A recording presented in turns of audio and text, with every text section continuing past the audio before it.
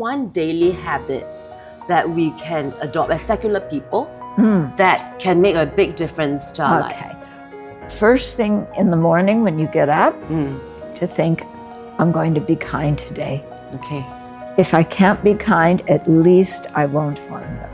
Focus more on others than always focusing on yourself and what you can get in return. Yep. And look at me, I wear the same clothes every day. Yeah. Yeah? Yeah. Great hairdo, huh? You really like The best. The best. Yeah, my makeup is fantastic. Yeah. None of that. I don't have any of that. And I'm quite happy. We lie to ourselves. But we don't realize it. We don't realize it. Nobody loves me. That's not true. That's a lie. And when we meditate on death, it really helps us to see what's important and what's not. And that helps us let go of all the unimportant things. How we can manage our emotions and then our thoughts, because from my own personal experience, these are the heaviest burdens in your mind. In fact, when the room is silent, I feel like my mind is really noisy. What kind of person walks away from their name, career, belonging, and never looks back? In a world that tells us to hustle harder and accumulate more, Venerable Thubten Chodron did the opposite. She shaved her head, put on robes, and became a Buddhist nun. No phone, no shopping, no selfies. Today's episode is called She Left Everything Behind. What she learned will change how you live, and trust me, it's not just about monks or minimalism. It's about you, me, and how we deal with the chaos in our minds and the craving in our hearts. We'll talk about why chasing happiness often leads to emptiness, how to watch your thoughts without being dragged around by them, and why even joy can be deceptive. Plus, how do you even go about starting to meditate when your mind is like a squirrel on caffeine? Venerable Chodron has the answers, and they are surprisingly down to earth. If you've ever felt like you're doing all the right things and still feel restless, this one is for you.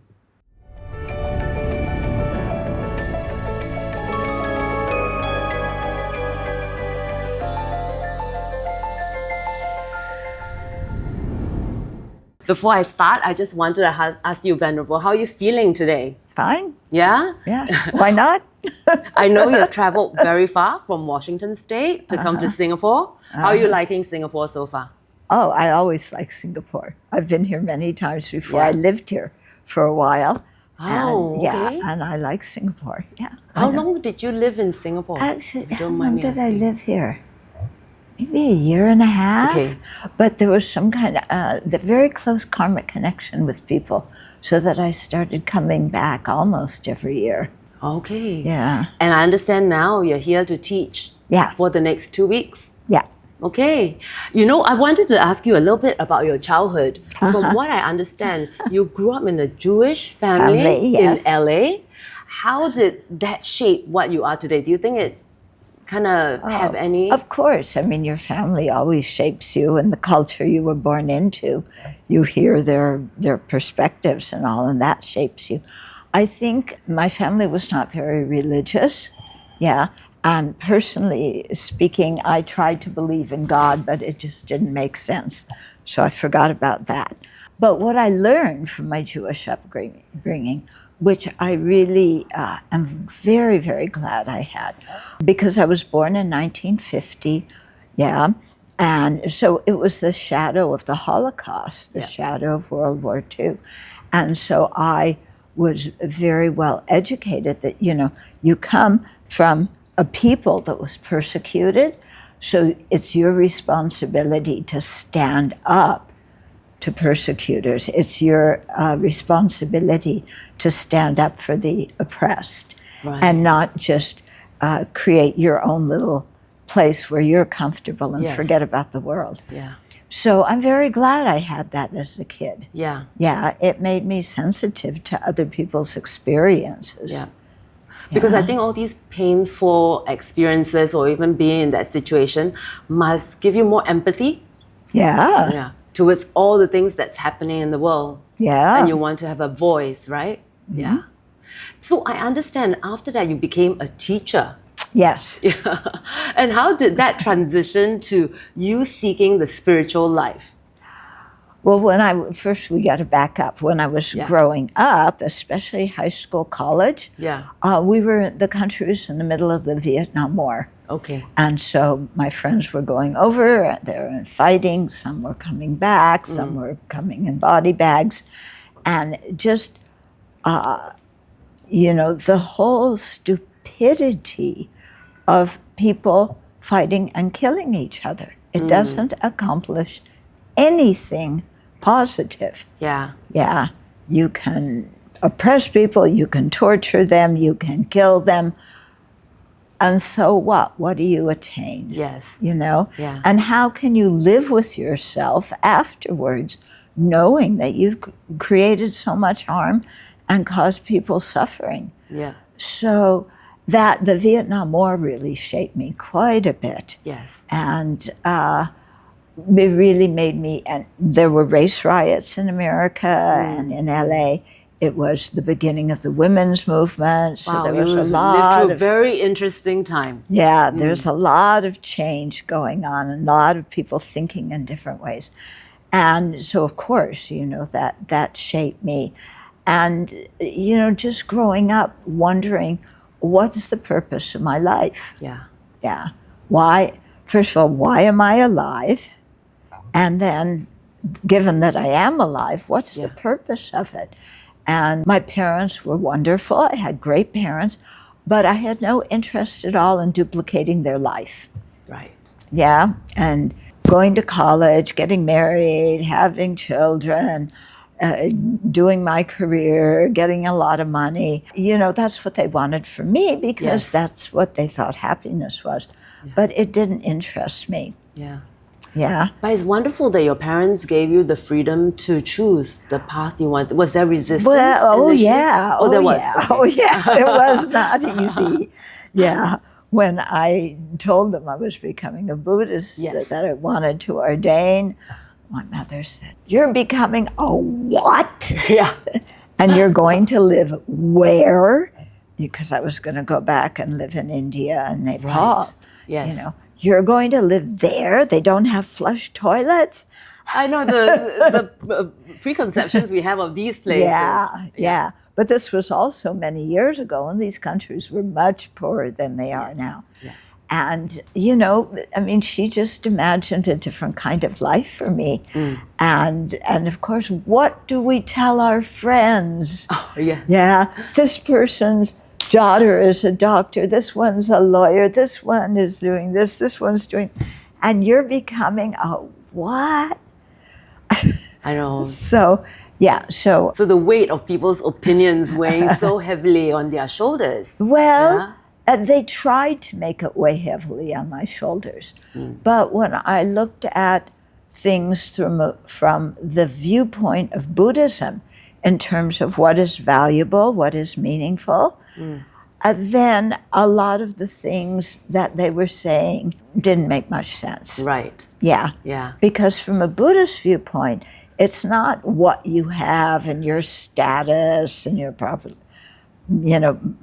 fame and stuff like that. It's not that is important. That is, from a Buddhist viewpoint, that isn't success. Yeah. From a Buddhist viewpoint, it's transforming your mind, generating virtuous qualities. Yeah. So it's a whole different orientation of what is meaningful in your life and what you're going to dedicate your life energies towards. In fact, those become burdens, right? Oh, and if you think of it that way, then you actually want to let go of it. Right. Yeah. And other people's opinions, why are we so concerned about what other people think of us? That's what I ask myself all the time. Yeah.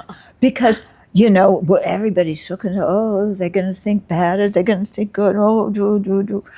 And, what other people think of us is just a thought that flows through their mind. It doesn't last very long. That's all a reputation is other people's thoughts. And basically, people are too busy thinking about their own lives. They don't spend their whole life thinking about what do I think about her? What do I think? Yeah. They're thinking about their own lives. Yeah. So what I really began to understand is when we're concerned with what other people think, because we're attached to our reputation, okay, it's a recipe for suffering because we cannot control what other people think. And also, I don't know if you've ever had the experience, but I have, of someone coming and praising me for a certain action, and a half an hour somebody else coming and criticizing me for the same thing.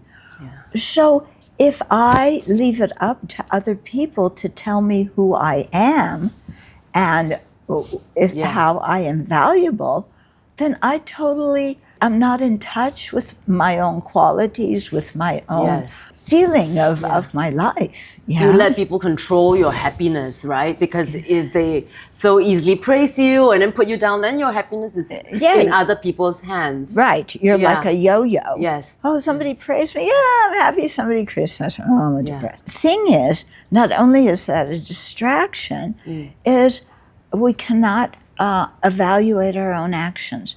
We do not look at our own motivations, our own intentions. And it's our intentions that are really important from a Buddhist viewpoint. I don't have the experience of somebody praising me and criticizing me in one go, but I get it. I do have an experience when I was younger, and I just finished med school, started my own clinic, and I thought, once I achieve all this, I will be so happy. But then one day I realized that I was so deeply unhappy, but I had actually gotten everything I wanted. And then I found a meditation class, a free meditation class. And I think that was my first contact with Buddhism, because I remembered telling myself, I'm not religious. Can I even go to this class? But because it was free, I went in and I asked the teacher, I said, I'm not Buddhist, can I come in and join the class? And he said, this class is for everyone. It's not, you don't have to believe in Buddha, or even if you're a Christian, you're welcome. And that was the first time I felt so welcome. And then I realized Buddhism isn't what I think it is. It isn't praying to someone. It is actually about controlling the mind. Yes, working with your mind, developing your good qualities, subduing our bad qualities. Yes. And I read that you also went into a meditation class, I think in the 70s, and that was the first time you also encountered. Yeah, it was a course taught by 2 Tibetan lamas who happened to be in the Los Angeles area. And I went, and one of the first things they said was, you don't have to believe anything we say. Same. What that a relief. was such a relief for me, because I was so worried I wouldn't meet up to their expectations that, maybe they expected me. And they also said, investigate, question. Yes. And they allowed me to ask. I thought I had to have blind faith, and I shouldn't question, otherwise I would offend the teacher. Or you're doing it all wrong. You should just shut up and believe. That is not the Buddhist approach. Not at all. And so I really liked that. And when that was about the philosophy, about the meditation, they said, try it and see if it helps you. If it does, great. If it doesn't, leave it aside. And I tried it, and wow, it really helped me. Were you going through some personal crisis at that time, or you just kind of stumbled across this and flowed with it? I was in a good place in my life. Okay. What it looked like outward. But inside, I still had that question about what's the meaning of my life. Because I didn't want to live a life where you just go through and, do what everybody wants you to do.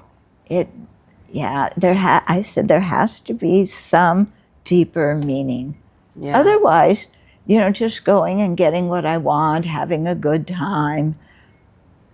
None of that lasts very long. It's so fleeting, right? And it doesn't last. And when you die, it's all gone. So I wanted something that was more than that. I understand. And how did that come about to set up Sravasti Abbey in Washington State? Okay. Yeah. Well, that is quite an accomplishment. Did you ever look back and go, I I've done it. This was a dream come true. No. No. People say, oh, look what you've done. I didn't do it. It's all the people who have come together and helped us. Okay. It is not me, you know. It was a community. It was a community, and many people, you know, some who live nearby, some international, and people wanted to see the Buddha's teaching spread. I see. And so when we said we were going to build a Buddha hall and a monastery, then, you know, people slowly started to contribute. At the beginning, when you don't have anything, who wants to contribute? Because they think it might be going down a, you know, a hole. But the momentum picked up, and now it must be full-fledged and running, and it must be... Yeah, we have a very nice community, and we really are hoping to go. But why, you asked why I set it up? Because I was among the, you could say, the first generation of Westerners who became students of Tibetan Buddhism. Yes. Yeah. And so we didn't have many examples from our own culture. And the Tibetans, you know, were refugees at that time. In 1959, their country was invaded by communist China. You know, tens of thousands fled over the Himalayas to Nepal and India. And so they were trying to just stay alive because they came with nothing. And they were trying to stay alive and reestablish their communities as best as they could.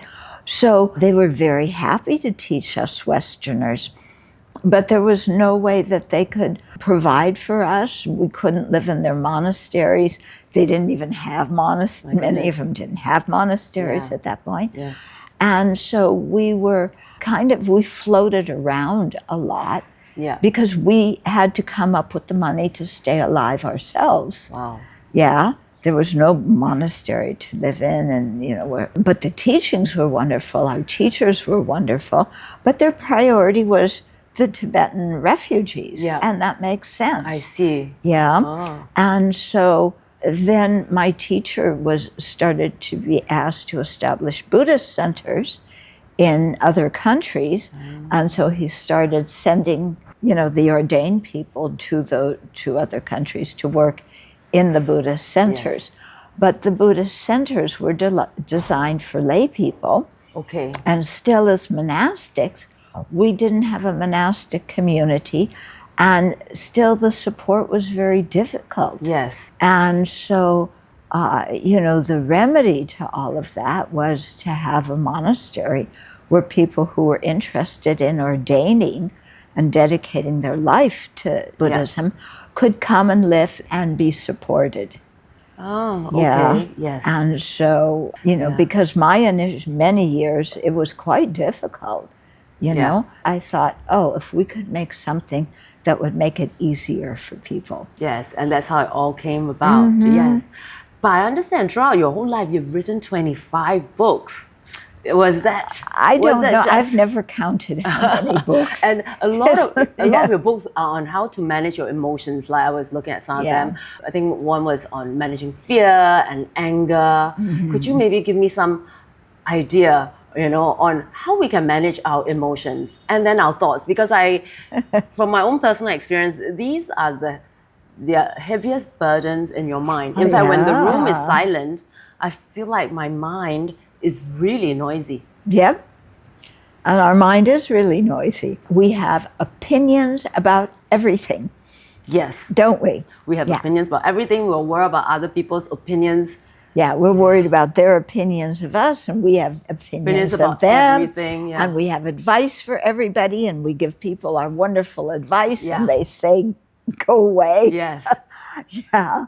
So in Buddhist psychology, there's a category of mental states that we call afflictions. Okay, mental afflictions, in the sense that these mental states, these mental factors, afflict our mind, and make us engage in non-virtuous actions and disturb the peace of the mind. Yes. Yeah. So, of course, anger falls into there. Okay. Ignorance and confusion go in there. Attachment also goes in there. Wow. Oh, people go, but attachment. Yeah. I feel good when I get what I'm attached to. How come that's said to be a non-virtuous mental Yeah, state? I get it. Yeah. Yeah. Because fear and anger, I can see it's definitely negative, but attachment, could it be attachment to joy and happiness? Yeah. Is that also Well, you an know, affliction? whose joy and attachment are we attached to? We're attached to our pursuit of happiness and our pursuit of joy. Yeah, my Mine, yeah. happiness, Yeah. my joy, and to get what I want, you know, from outside that I think will make me happy. So it's very egocentric. Yeah. Yeah. Yeah.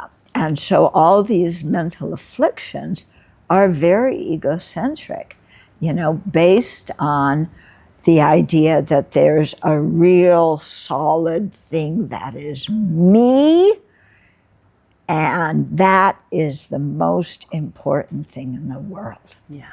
Yeah? Yeah. And so we're just constantly preoccupied with what I want, what makes me feel good, what makes me feel bad, Yeah. you know, and all this kind of stuff. And Yeah. so we're always looking outside and like, oh, this is going to make me happy. I want it. Oh, this is going to make me sad. Get rid of it. Uh-huh. Yeah. Yeah. So we're always trying to manage the external world, Yes. but it's not the external world that's the problem. Yes. It's our own mind, our own afflictions. Yes. Yeah. If I wasn't clinging and craving, then not getting the things that I want wouldn't make me so upset. If I wasn't attached to my reputation, then when other people are better than me, I would rejoice and be happy Yes. instead of jealous. Yeah. Yeah. So what you're saying is if you can let go of these emotions or these attachments, then that's where you can truly see freedom or Yeah. feel the freedom. yeah. So the more we accumulate in our lives, The the more, harder it is for us to let go. yes. Yeah. And the more you accumulate, the more problems you have, That's true. isn't it? Yeah. As soon as you have a car, then you have car hell. You worry about people scratching your car, and the nicer your car, the more worried you are. So then, you know, Yeah. I Yeah. see. Yes. So as soon as somebody praises you, now you have fear. Oh, how am I going to maintain that? Yeah. Yeah. I mean, I see that it's very nuanced because when people criticize me, I know I don't want to listen to the criticism because it makes me upset. But when people praise me, See? Oh, yeah, I more, want more, to, more, yeah, more. I want to listen to it because I think it's a good thing. But actually, they are both equally bad. Yeah. To be attached to praise and to be repelled by criticism is equally bad because they are Right. attachments. Yeah. And the more attached you are to praise, the more repelled and upset you are when you get criticized. So how does they condition themselves so they are not affected by both praise and criticism? Okay. Well, one thing about both of them is they come from other people's minds. How reliable are other people's thoughts? Okay. Yeah? Yeah. Just because somebody thinks I'm good, does that make me I'm good? Just because they think I'm bad, does that make me bad? Yeah. That is just their opinion. It isn't who I am. I'm responsible for my actions. So if somebody's upset with what I did, okay, I have to look that the thing isn't, oh, they're upset with me. Yeah. It's, why did I do that action? Was I trying to help them, or was I just operating on automatic, trying to get what I wanted? I see that's why in the beginning you mentioned intention. So if we need to look inwards and look at our Yes. intention. Exactly. So if our intention is correct, it doesn't matter even if people criticize us Yeah. because we know that the intention's there. Right. Right. And just because people praise us, it doesn't mean we had a good intention. It doesn't, yes. Because we all know how to put on a face and impress people. Yeah. Yeah? Yes. And we're actually being very phony Yeah. because we're doing things, people-pleasing. Actually, that's one of the main problems I have. I mean, when you grow up and you're in society, you actually become a people pleaser. Yeah. Yeah. And what's the intention for people-pleasing? Because I like the praise. I like people to like me. So again, it's attachment. It comes down to attachment. Right. So is people-pleasing done for the benefit of others or done for your own self? I see. So if it's for my own self, then this intention clearly is wrong. Yeah. So even people praise you, you still have to live with your rotten intention. Yeah. Like people make it, I think sometimes, you're a doctor. So, people will make lavish donations to set up a clinic. Yeah. Then everybody praises, oh, they're so generous. Their business must be doing so well. How kind you are. You donated all this money to set up a clinic. Yeah.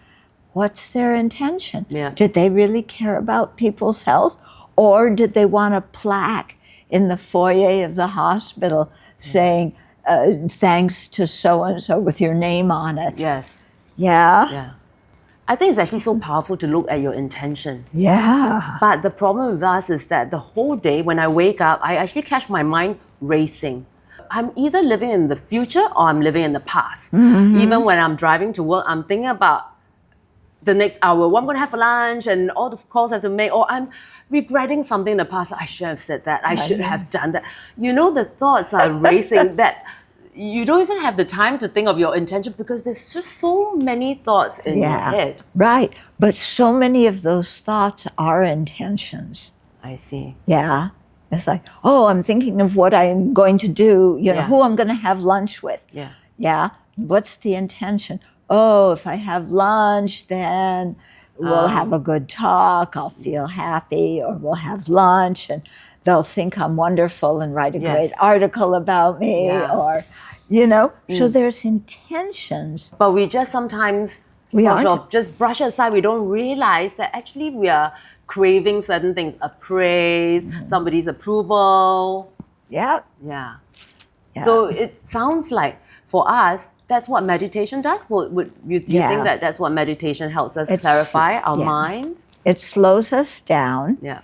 And so we start looking at what those thoughts are. Wow. Yeah. And looking at those thoughts, first you have to do some study, and really understand what is virtuous and what is not virtuous. Okay. What is going to lead to happiness and what is going to lead to pain. Yes. Yeah. And that doesn't just mean happiness and pain in this life. It's also creating the cause for what we will be reborn as and experience in future lives. Yeah, so once you have that kind of grounding and can discern between those things, then you start watching, and like, oh, I'm going to the store. Why? Why am I going to the store? So you don't just do things on autopilot, which we sometimes do. Most of the time we're on autopilot. Yeah. So I want to go to the store. Why? Oh, I want to get this and this. Why? Yeah. Yeah. Because I like that and I want to eat it. It makes me happy. Yeah. Or I want to get it for my family because if I don't cook for my family, they're going to be upset. And I don't want that. You don't want so you start looking and like, why am I doing things? And that part can be really kind of shocking in a way. To actually look inside and be so honest with yourself. Yeah, because I think all of us are just wearing a mask and we think we're putting on a show. But when you strip that aside, what are we actually doing, Yeah, the intention. That's it. And I love the idea that you say slow down, because actually now in today's society, everybody is speeding up. Everything is getting faster. Yeah. Transportation, with social media, with AI, everything's getting faster, and that can be quite overwhelming. Yes. Yeah. And people feel like, well, I've got to keep up with it all. Yeah. I've got to, we have one friend, because I'm teaching like tonight and tomorrow night, and he can't go because he needs to go to a course on AI. Yeah. And I'm sitting there thinking, what is more important, to learn about AI or to learn about your own mind and what's going on? You want to, AI, what is AI? It's a bunch of, I don't know what, it's getting technology to do your thinking for you because you want to think more thoughts and do more things in a shorter time. Yes. Yeah. but is AI thinking for you? Yeah. Can you imagine? Isn't it scary? We're now talking about we need to clarify our own intention, but we are getting AI to help us think. Yeah. And AI is a machine. And then you have like teenagers in the States. This is really a problem. And adults too. They talk to AI. They tell their problems to AI. And then AI responds. And I've read several accounts of, especially with teenagers, they're often depressed and, they can't talk to their parents. And so they talk to AI. And some of them, say, I just feel so lost. I don't want to live. And then AI may say, oh, well, that's too bad. But then there's one young man who said, I really want to kill myself. And the AI encouraged him to do so. Yes, I read that too. Yeah. And the AI, he said, if I hang myself, how do I get the news? And the AI told him, this is, something is wrong with our society so enamored with AI. Something is wrong. Yeah. That you cannot even make your own decisions. You're now asking an artificial intelligence to help you make decisions. And what you really are wanting is to know yourself and to connect with another human being. AI is not a human being. Yeah. We are social animals, and connecting with other living beings who have feelings, and whose lives we can contribute to and help to have them have a better life. That's much so different than just confiding in AI. And then what can you contribute to make AI have a better life? Because it's not a living being. It's not a living being, Yeah, it doesn't have feelings. And the funny thing with all these improvements, you would think that it would improve our lives, but I don't feel like my life has been improved. In the past when, I actually lived in a time when there was no computers and no mobile phone. And when I was studying in England, I would have to go to a payphone to call my parents. But I must say, I probably spoke to my parents more than now, even though there is phones, but we are always WhatsApping on social media, but I feel more disconnected to people. Yeah, because WhatsApp, you're just typing some short thing. Hi, I love you, bye. And that's so different than actually sitting down like we are and having a conversation. So with all these improvements, people are getting more disconnected. Isn't that strange? You would think all this is making our lives better, but I sometimes wonder. Yeah. I think, there's a certain aspect of human beings that is quite arrogant.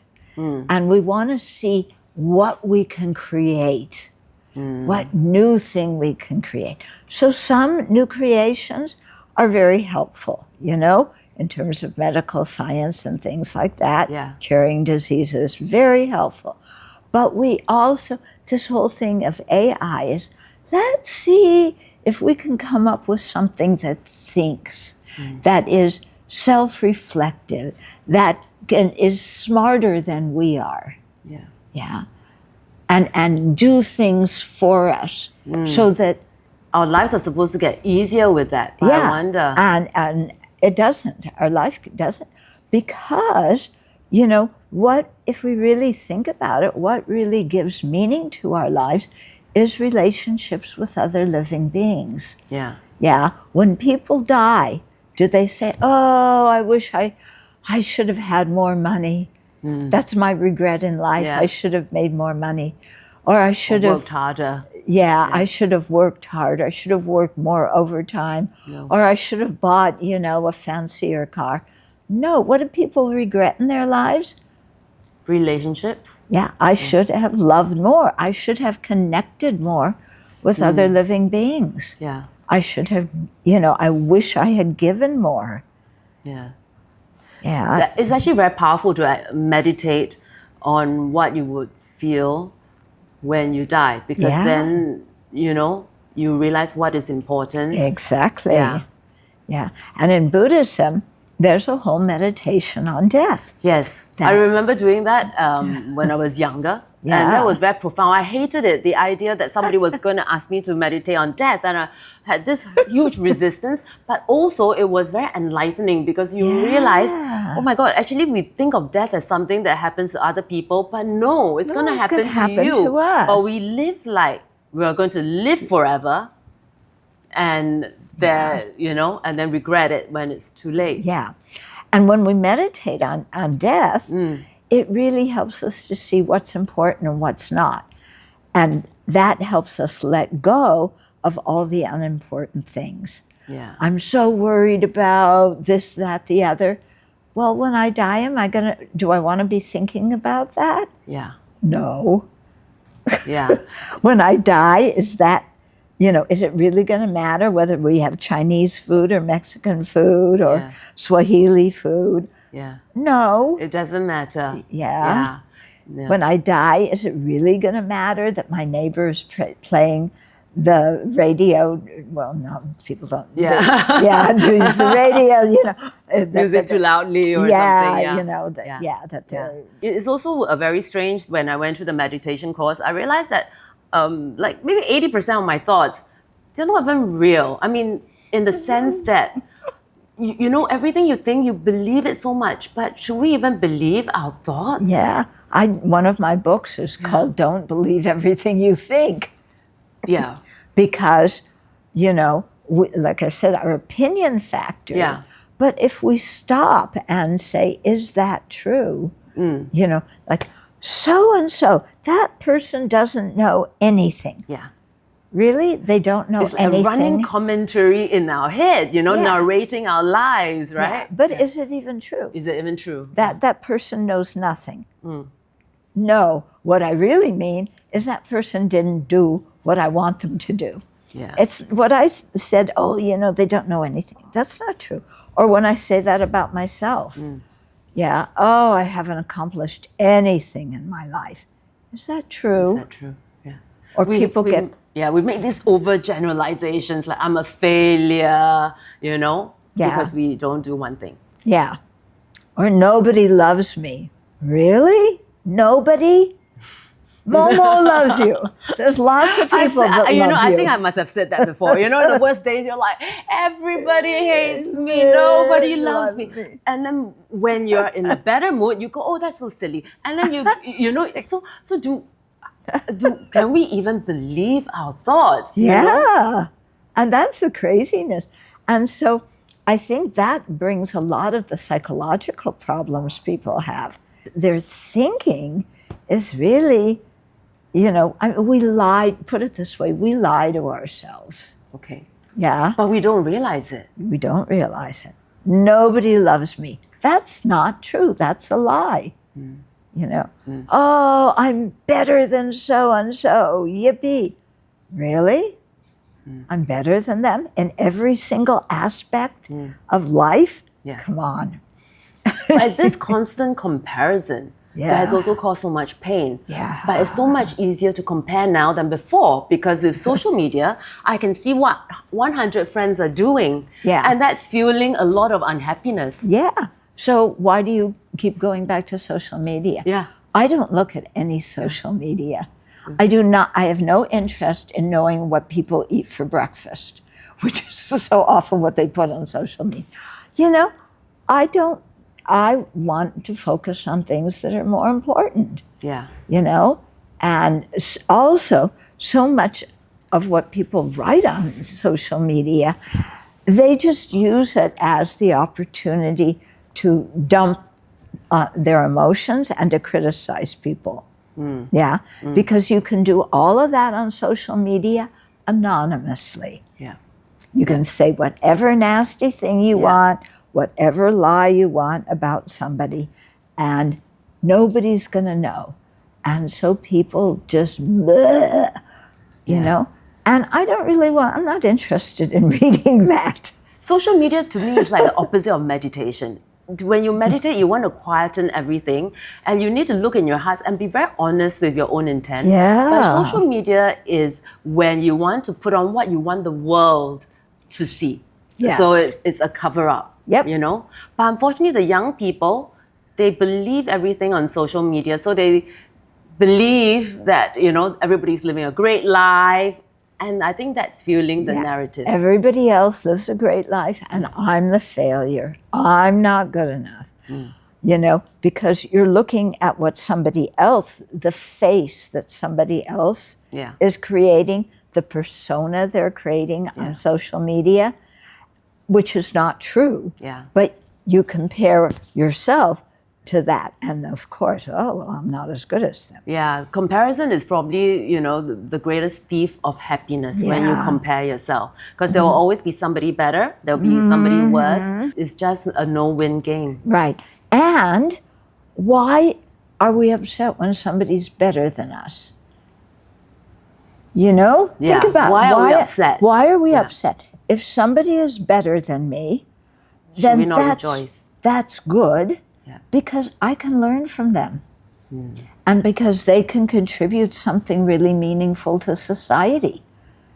If I were the best one in this planet, I tell you, we would not have a building to live in. We would not have tech equipment to do a podcast. Because I don't know how any of this works. Could it be because we are ingrained since young to strive to be the best? Yeah. And that's this narrative that the society, our schools, or even sometimes our parents want us to do. They always tell us, even when I was in school, to study the hardest, to be number one. So we bring this attachment of wanting to be the best into our adulthood, and so that makes us this constant comparison. Right. And it makes us crazy.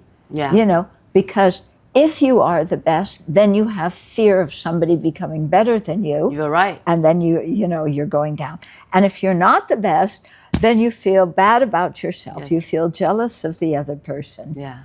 There's no happiness.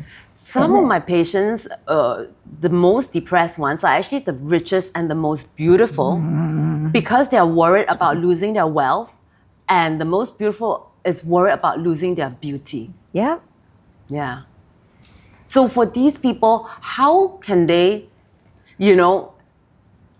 how can they actually help themselves to let go of this worry, this fear of losing what they have amassed? It's by seeing that holding on to it brings them no happiness. That these things are impermanent anyway, and to recognize that. And they're going to have, whatever comes together, is going to separate. Yeah. Yeah. There's one beautiful text written by Nagarjuna. He's a Buddhist, an Indian Buddhist sage. And he was giving advice to a king in one text. And the king, has a treasury and is super wealthy and has all the wealth of the land. And he's getting old, And Nagarjuna says, give your wealth away now while you can use it to create merit, while you can use it to create good karma. Because when you die, all your ministers are going to fight over it. You can't take it with you. Other people are going to fight over it. Yeah. If you give it away now, then you're creating the virtuous action of generosity. And that will help you in future lives. And it will help you now, because when we can give to others with a feeling that really cares about them, then we're happy. So often we think, if I give, then I won't have it. If I give, then I'm going to suffer. Because we are in this polarizing society where there must be one winner and one loser. So if I give, then I'm lacking. But actually, if you give, then you have the joy of giving. Yeah. Reframing the narrative in our minds are so important. Yeah. Yeah. Yeah. And His Holiness Dalai Lama, when he talks about that, so he says, so often we give, we want to thank you. We want a gift in return. Yes. We want some acknowledgement. We don't realize that, but we get disappointed when the person doesn't say thank you or doesn't look appreciative. Now, that's very powerful, right? Yeah. Yeah. And so he says, that thing in our mind that wants something in return. The ulterior motive that we have. We make ourselves miserable. Yeah. So he said, actually, the thing of giving itself is the reward. Is the reward, yeah. Yeah. Just the feeling of being able to contribute to make somebody's life better. Yeah. And then we think, oh, well, I have to be Mother Teresa. I have to be some great famous person. No, because, the Dalai Lama, Mother Teresa, they don't live our lives. They aren't in our families. They aren't in our workplaces. Yeah. Yeah, we are. Yeah. So we can help people in ways that they can't. Yeah. Even if it's in small little ways, but it's on the ground. Small ways. Yeah. Yeah. Yeah. Yeah. What do you think is the greatest cause of unhappiness in the society right now? Is there one thing that you think, causes a lot of unhappiness, and if we can sort that, most people will be less unhappy? Or is that too broad a question? I would say our self-centeredness. Yeah. Yeah. And do you think that it's also because we try to control the world? Yeah. Because we try to control everything in our externals? And that is the manifestation of self-centeredness. Okay. I know what is best for everybody. Yeah. So I am going to give everybody advice. And I'm going to try and control them. I'll start with advice. If they don't follow my advice, then I will try to control them. Yeah. Yeah, because I have a vision of how everybody and everything should be so that I am happy. This is setting ourselves up for failure. Yeah. Yeah. And I remember I asked you, how did your parents react to you wanting to be a nun? Because I have children, my son's 19, and I realized I was trying to control everything, my children, then I'll be happy. So when he doesn't do the things I want him to do, didn't study the way I thought his potential, he could live up to his potential, I was unhappy because all these things must line up. Yeah. He must be like this, and if he said to me, I'm going to go to India and live with a guru, I will be unhappy, because to me, you need to do your A-levels and go to a good university. So my happiness is dependent on so many other things that's outside my control. That you can't control. Yeah. And it just makes you frustrated and unhappy. And what's to say that what you think will make your son happy, what you think should be a good life for him, would really make him happy and be a good life for him? You're right. Why do we always think that our opinions or advice is the only correct path? Who knows? Yeah. Yeah. Yeah. I mean, you care about him. You want him to have opportunities. But some opportunities, he's not going to be so interested. Maybe you want him to be a famous artist. Yeah.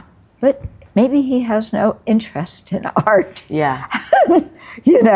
And he wants to be an engineer. Or you want him to be an engineer, but he loves art. Yeah. Then, it's up to, each of us to find what is our talent, what we can offer to the world, and then use it. Yeah.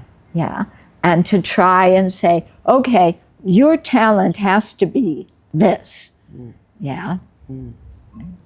That's... So one advice that I was being given when I was younger was that to live my life, I have to just be myself and let everybody else be themselves. Mm-hmm. And learn to just accept what reality is, conventional reality. Yes. Yeah, because this thing of wanting to control, it's like what is, I don't accept. it isn't the way I want it to be. Yeah. So I've got to control it and make it what I want it to be. Yeah. Yeah. Setting And up other for people failure. should become what I want them to become, Yeah. whether they want to or not. Yeah. So it's so hard to be happy.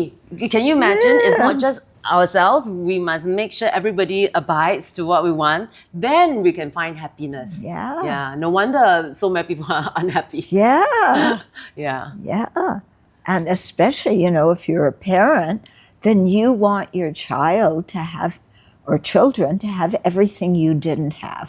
So it's almost like I want my child to live my unlived life. Exactly. Exactly. Yeah. But maybe that's not what their talent is. And that maybe that won't make them happy at all. Yeah. Yeah. Yeah. But it's interesting that, we can see it so clearly in other people, but we do the same thing. Yeah. And the thing is to catch it when we do it. Yeah. And Is that where meditation helps? that's what I was just going to say. Yeah. But meditation, there's so many forms. And I think my meditation class wasn't Tibetan meditation, because Tibetan meditation clearly only became mainstream a few years ago. Otherwise, it was like shrouded in secrecy. Nobody really knew what it was. Mine was just, I did the loving kindness meditation. I just mindful breathing, concentrated on candlelight. What kind of meditations do Tibetan Buddhists do? The meditations you were doing is what I call secular mindfulness. Yes. Yeah. And we have two main kinds of meditation. One of them is to learn to quiet the mind and develop concentration. The other one is we are thinking in our meditation, but we are learning to think in a constructive way. So it's not a flurry of worried thoughts. It's like we take a teaching, like the one we were talking about, death. Okay? So maybe you do a meditation and you imagine that you're going to that you have a terminal diagnosis. Yeah? Okay. Because maybe we will. And then, okay, if I have a terminal diagnosis, what is going to be important in my life from now until I die? Okay. Yeah? Okay. Because I don't have time to do stuff that is not going to be important. What is really important? I had a friend who told me the story about her terminal diagnosis. She wasn't feeling well. The doctor said, I forget what the diagnosis was, but it was terminal. And she got so worried. Oh no, because she was young. She was in her 30s. Yeah. What was going to happen to me? And my life is cut short. This isn't fair. And da da da da. And then she was a Buddhist. And then she said, oh, what would the Dalai Lama think if he had a terminal diagnosis? She thought, imagine what His Holiness would be. And what her image was, His Holiness's advice would just be kind. So she said, okay, I'm going to be kind to the doctor, to the nurses, to the staff at the hospital, to the technicians. My job now is just to be kind to other people. And so that's what she did, instead of worrying about herself, I love that. She just was kind. And then the interesting thing is, later, the doctor had run some more tests. She came in to hear the results. And he said, oh, that first diagnosis was incorrect. You don't have a terminal illness. Yeah. But it was good because the fact that she thought she had a terminal illness really made her switch her thinking. Exactly. So... Yeah, so we might do a meditation like that. Yeah. Say, imagining, okay, I get that diagnosis. So what's important for me? To reach that realization that only a very critical situation, would trigger. Yep. Wow. But a lot of us find this terribly uncomfortable. Yeah, and that's because we're denying reality. In fact, we do everything to deny reality. I do that every night. When I go home, I turn on Netflix because you want to forget your problems. That's why people drink alcohol. In fact, a lot of us are not even in touch with our own nature. Mm-hmm. So to explore this so deeply, even more uncomfortable. Yeah. Yeah. But what is uncomfortable? What is making, why are we uncomfortable? Because the idea of facing your own mortality is uncomfortable.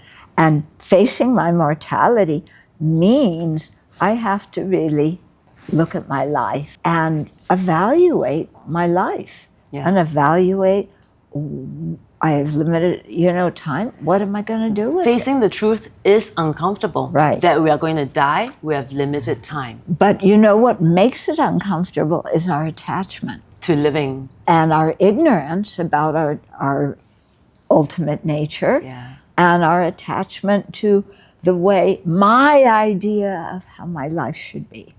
Attachment to all the things I have now, all my material possessions. Yeah. That makes it uncomfortable. Yeah. But when you're dying, you can be surrounded by all those material possessions, and so what? It will not make a difference. Yeah, it doesn't make any difference. Yes. In fact, it can make you really crazy. Oh, I have so many things. Then who am I going to give this to? Who am I going to give that to? Who am I going to give this? That? What happens if I don't write it all down? What happens if they don't follow the will and everybody doesn't get what I want them? And and it's just all self. Yes. Isn't it? So for someone like us, that we are such secular people, can we also still find some amount of control with our own minds through meditation? I mean, is there something we can do? Yeah, we can do it. We need the study to learn. Okay. Yeah, because just looking at our minds, without actually being able to discern what's virtuous, what's not, and without knowing what is anger and what is disappointment, then we can get more confused. So I think, some study with qualified Buddhist teachers, and then, you start really reflecting. And instead of saying, oh, it's uncomfortable, I want to just deny reality, to say, well, it's the denial of reality that makes us unhappy.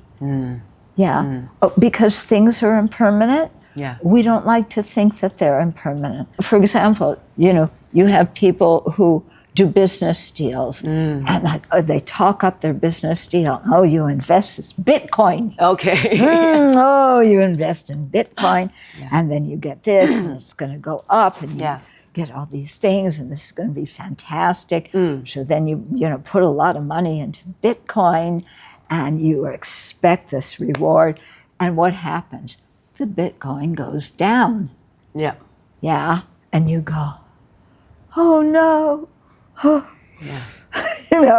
This is terrible. I lost all my money in Bitcoin. I just think of this and it's like, why do people invest in Bitcoin to start with? It's so ridiculous. Because of the allure that they can make a lot of money. I mean, it's always this allure, right? But in the end, if you keep chasing it, why do people want to amass money? Right? Yeah. Well, money gives me security. Really? Money gives you security? Does it give you really? If you keep questioning it, the argument breaks down. Yeah. Money doesn't give me security. Money can't prevent me from getting sick. Yeah. It can't prevent me from dying. It can give me certain pleasures. Yeah. And maybe if I get sick, I have medical care. Yeah. But money is not the meaning of my life, and it cannot be the meaning. It can't, give me the security I want. Yeah. Because it's like do you know anybody who has enough money? No. In fact, my richest patients are the most unhappy because first they strive to make more, then they worry about it being lost. Yeah. And it doesn't bring any happiness. No. So, what are we doing? Yeah. The interesting thing about meditation is that a lot of people think it's something, we sit down for 1 hour in the morning. But after hearing all that you've said, how do we bring it to our daily lives? Because it isn't just that 1 hour in the morning, 1 hour. Should we be living a life that's more meditative? Is that the ultimate goal? Yeah. That we can bring our meditation to every moment. Yes, but that doesn't mean you're meditating every moment. Yeah. What are you going to do? Drive your car in meditation position with your eyes closed? No. But to live more awake rather than in this, Yes, exactly. Exactly. You have more discriminating awareness of what's valuable and what's not. Yeah.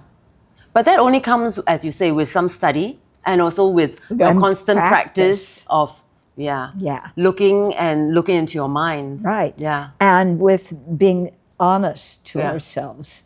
Yeah. We have to be honest Incredibly with dishonest. ourselves. Yeah. And somehow it's like, Do you ever get angry? Oh, of course. Yeah. So what happens when when I get angry, I know I act on it because I cannot separate myself from the anger. And I was told that I should observe my emotions. Yeah. Well, there's different ways to handle anger. One book I did is called Working with Anger. Yes. So when I get angry, what do? It depends what I'm angry about. It's usually because somebody isn't doing what I think they should do. Right. Yeah. That sounds like me. My son's not doing what I want him to do. Yeah.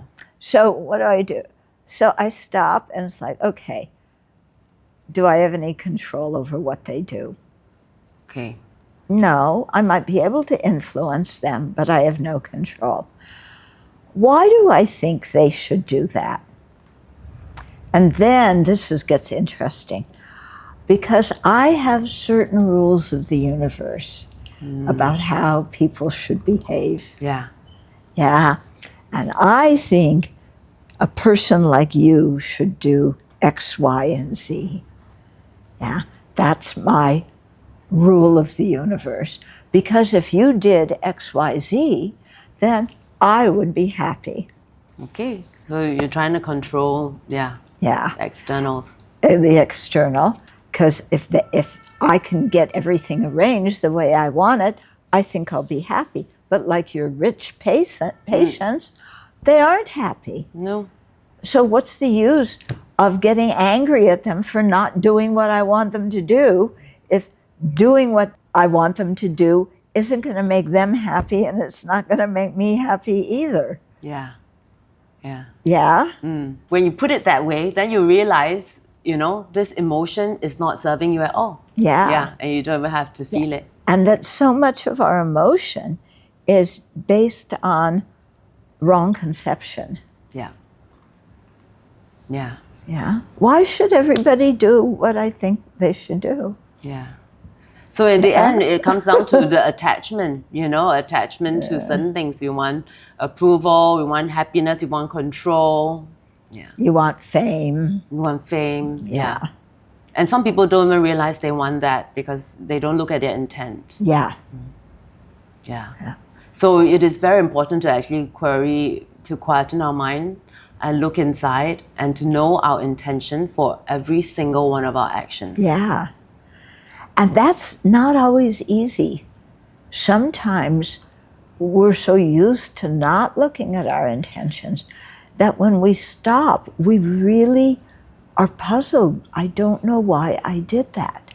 In other words, we are so unaware of our intentions that we just operate on automatic. I know of friends who tell me they did things in the heat of anger. Yes. And there was an intention about that. Was it a wise intention? No. But they didn't even have time because, when an emotion comes up, it comes up so quickly. Yeah. And I think it becomes very overwhelming. So how do we put that distance between us and that feeling? We have to, there's a lot of things we need to do. One of them. Count to 10. We have to be able to detect the emotion when it's still small. So instead of, for example, with anger, and waiting, only figuring out we're angry. When we're really angry and we want to scream at somebody or throw something, instead of, gee, I must be angry, like start to be more aware of what's going on, to see the anger when it's small. Okay? So what fuels anger? An unhappy mind. Okay? So to note when we're unhappy, I'm like, okay, I'm unhappy. I better be careful because I don't want to get angry. Or you start to feel your stomach get tied in knots. Yes. Actually, sometimes it feels physical, you actually have that feeling, Like when they say heartbreak, some people tell me they actually feel the pain in the chest. Or you feel your heart racing, or you feel the veins in your neck bulging, or your stomach getting queasy, or muscles getting tight. When that starts to happen, when it's still small, to be able to stop and pause and say, okay, what's going on? What am I really feeling? What am I feeling? And so as you practice, then you get more skillful at detecting these kind of things so that you can stop and like, okay, there's this, so sometimes you can do it by physical feelings. Sometimes you can do it by moods. Oh, I'm in a bad mood. What happened? What is it? What am I fussing about? What am I frustrated about? I have something, it should be that way and it's not that way. What is it? So it's never about pushing it aside. Exactly. It's never about pushing it aside, restraining yourself. In fact, it's about being more aware. At the beginning, we do need to restrain ourselves. Because if we act it out, then we feel really bad and the other person gets hurt. So the first step is to learn to restrain acting the things out. But we do that because that gives us some space to try and investigate what's really going on inside. So giving you some time to actually look into yourself. So you don't want to react to every single thought and every single emotion. Okay. Because it's exhausting. It is exhausting. And you react to everything and you become so reactionary. And you react and then In fact, somebody once told me I should be responding and not reacting, but most of us react. Even let's say on Twitter, somebody says something about you. Before you know it, you're tweeting out something. That's a reaction. Whereas a response you need a pause. Then you can think about how do I actually want to respond. So what you're trying to say is that we need to have that space, look into how we're actually feeling before we can. And sometimes we need to say if the emotion is just really huge, and we didn't catch it when it was small, then we need to say to somebody, I'm really under the control of my emotions right now. So I don't want to act like that. So I'm just going to go away. I will come back when I'm calmer and we can discuss it then. But right now, I need a break. There's a lot of awareness to be able to say that. Okay, some questions that I would like to personally know is like, is there something that you struggle with?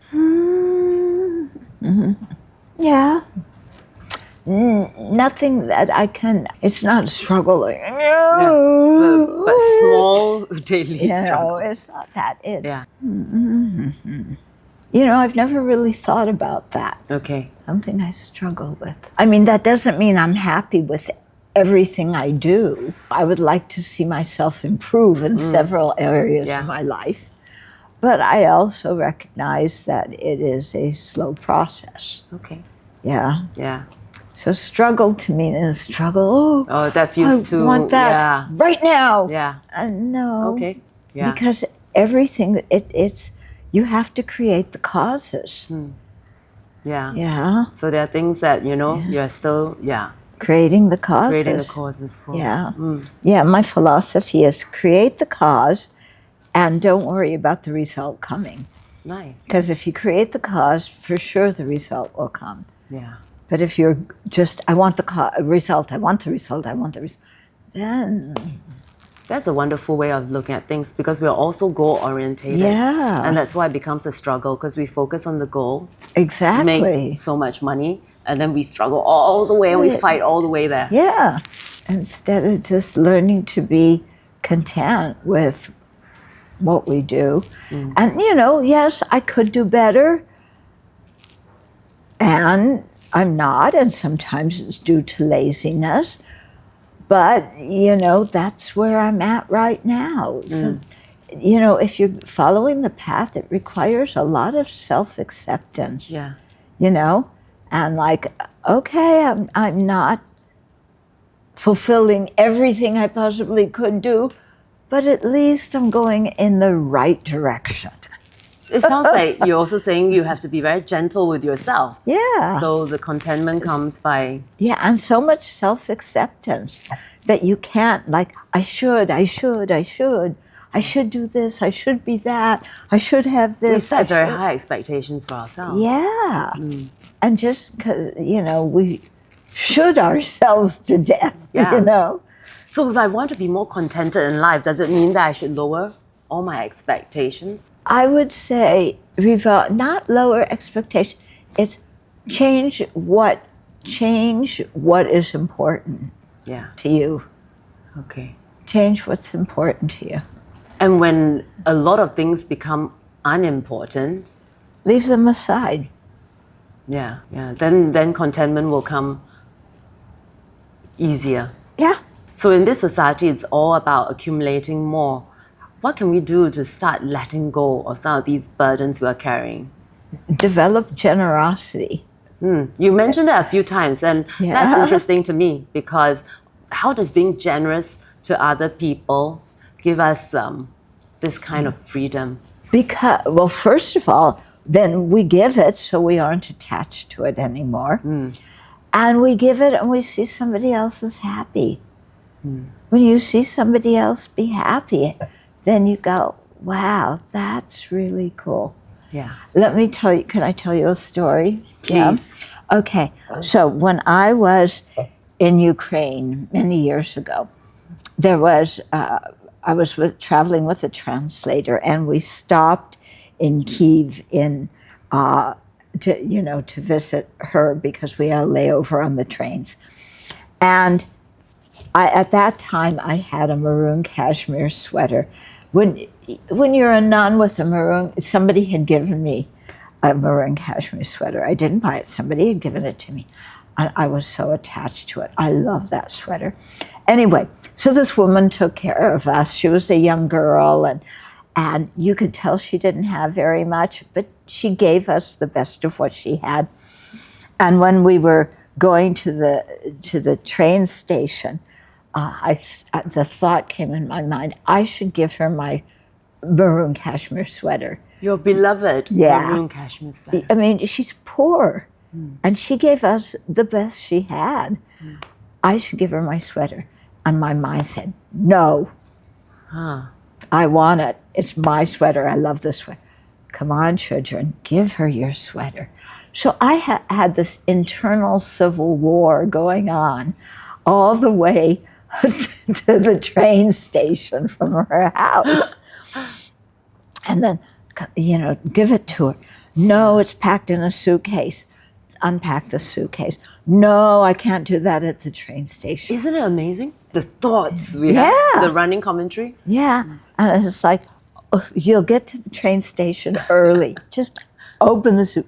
No, And then we get to the train station. What does Sasha do? She goes off and buys us some sweetbreads, some pastries for the trip. And I'm like going, what is wrong with me? She is so kind and so generous and has so little. And I'm clinging to a sweater. This is so stupid. So finally, we're on the train, and I pull out the suitcase before the train starts moving, take out the sweater, and I give it to her. Her face lit up. It was so beautiful. And the feeling you had. She was so happy and surprised and thankful. And I just felt so happy. Like, why didn't I give that to her to start with? Yeah. Yeah. When you can give and make, it's connecting with another human being.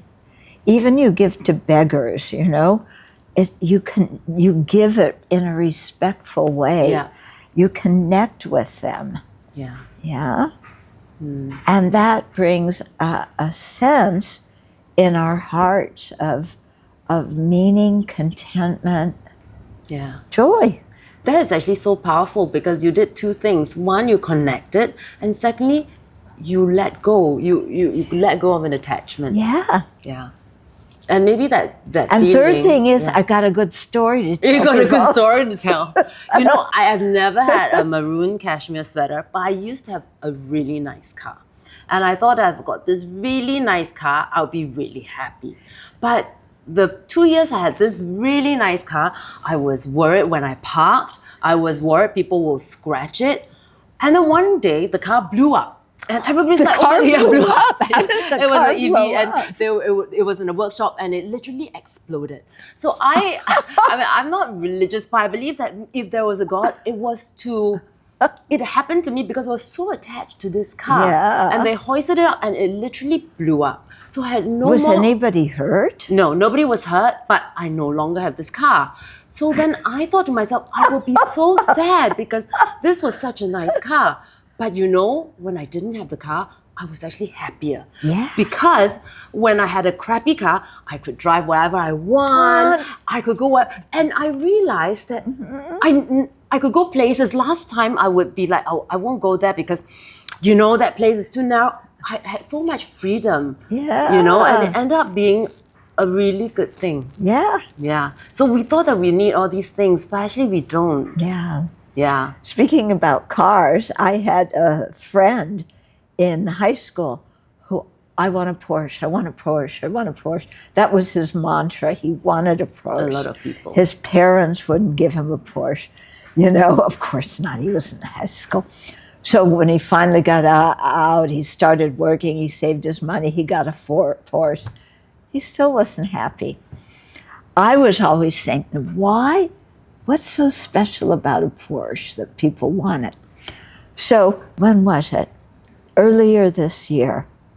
Yeah, this year, I was invited to speak at something in Seattle. So I went. And the person who picked me up was in a Porsche. Okay. So I sat in a Porsche. I had never sat in a Porsche before. Porsches are so uncomfortable. I couldn't believe it. We're sitting in the back seat, and it's like, can we get out of this? I just want to sit in a regular car. It is so uncomfortable. Yeah, that's interesting because the car that blew up was a Porsche. Oh, really? It actually blew up. So you are absolutely right. We get it because we think that is what we're supposed to have, when we're young, that's something that we want to have. Yeah. And we are thinking of what people think when they see us in the car. Yeah. But really, it's really uncomfortable, and I'm so scared of scratching it, you know? Yeah. Yeah, but the seats were just so uncomfortable. Like I don't know, they're so uncomfortable. Why do we women do a lot of things? We wear high heels, we wear makeup.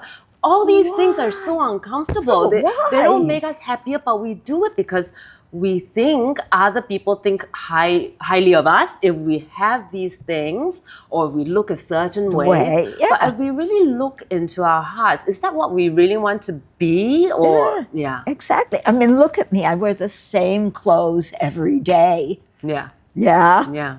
Great hairdo, huh? You really like the best. The best. Yeah, my makeup is fantastic. Yeah. None of that. I don't have any of that. And I'm quite happy. Because in the end of the day, we have to ask, who are we really? Are we the car we drive? The image we want to project? Which, when you put on makeup, you're not really yourself because you don't look like that all the time. No, you don't. Yeah. You're literally putting on a face. A face. You're literally putting on a face. Yeah. So then, it's the opposite of what you're teaching, which is actually to care of everything and look inwards. Yeah. And be content with what you are.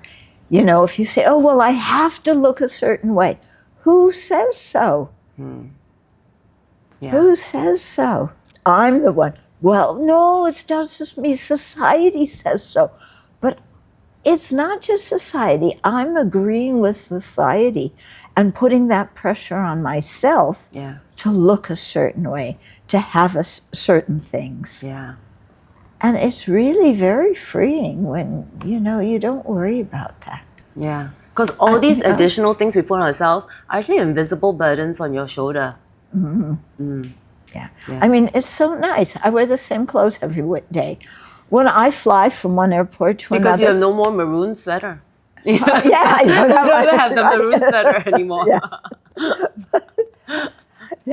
But, I travel. Everybody can find me in an airport. They know what I'm wearing. Yeah. No, they know what I look like.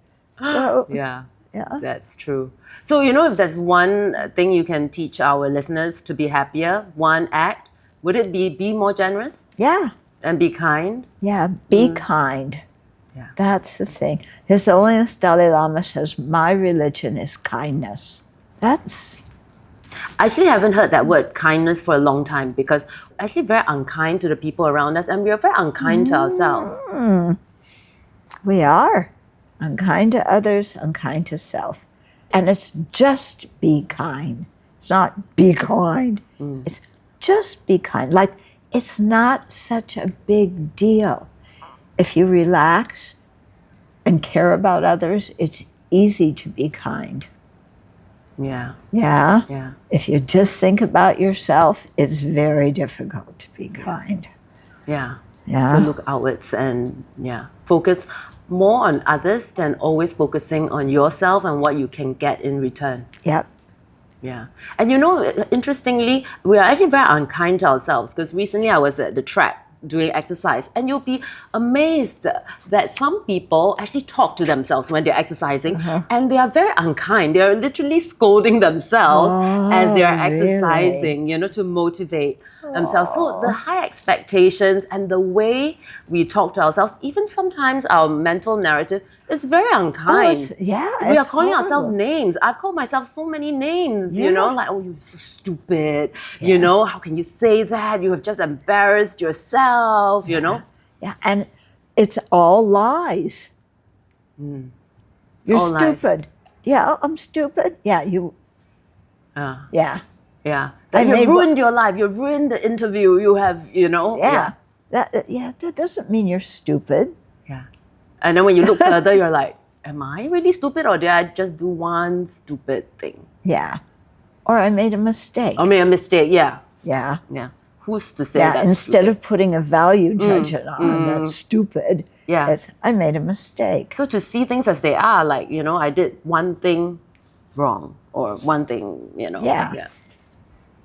That's very interesting. I did one thing that was unkind. Yeah. Rather than saying that I'm an unkind person, to say that I do one thing that's unkind, that's terribly forgiving. Yeah. Because we usually there's so much labels. We will label ourselves, we're unkind, we're stupid, and then that dictates our whole life. Yep. And then we believe it. We lie to ourselves, and then we believe it. Yeah. And it's most of what our self-talk is rubbish. I'm glad to hear that. And that's why your book was called Don't Believe Everything That You Think. I love it. Yeah. Okay. And the last thing that I hope that you'll gift us with is there one daily habit that we can adopt as secular people that can make a big difference to our lives? First thing in the morning when you get up, to think, I'm going to be kind today. Okay. Yeah. Yeah? As much as possible, I'm going to be kind. If I can't be kind, at least I won't harm them by what I think, by what I say, by what I do. Yeah. And you set your motivation, you set your intention for the day first thing in the morning. First thing in the morning. Yeah? Yeah.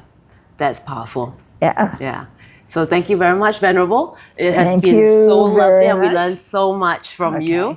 And of course, we will give you all the links to the recordings Okay. and we hope that we can hear more about your teachings in the future too. Okay. Thank you. Thank you. Could you let it all go? Could you live with less and feel more peace? Venerable Thubten Chodron reminds us that renunciation isn't about giving up. It's about freedom. Freedom from the constant need to chase, to prove, to control. Her words aren't just ancient wisdom, they are a mirror. And maybe what we see is that we're carrying too much. If this episode sparks something in you, go deeper. Check out the resources in our show notes. And if you know someone who's quietly burning out from the pressure to have it all, send this to them. Until next time, I'm Dr. Chai Ling, reminding you that sometimes the most radical act of self-care is to let go.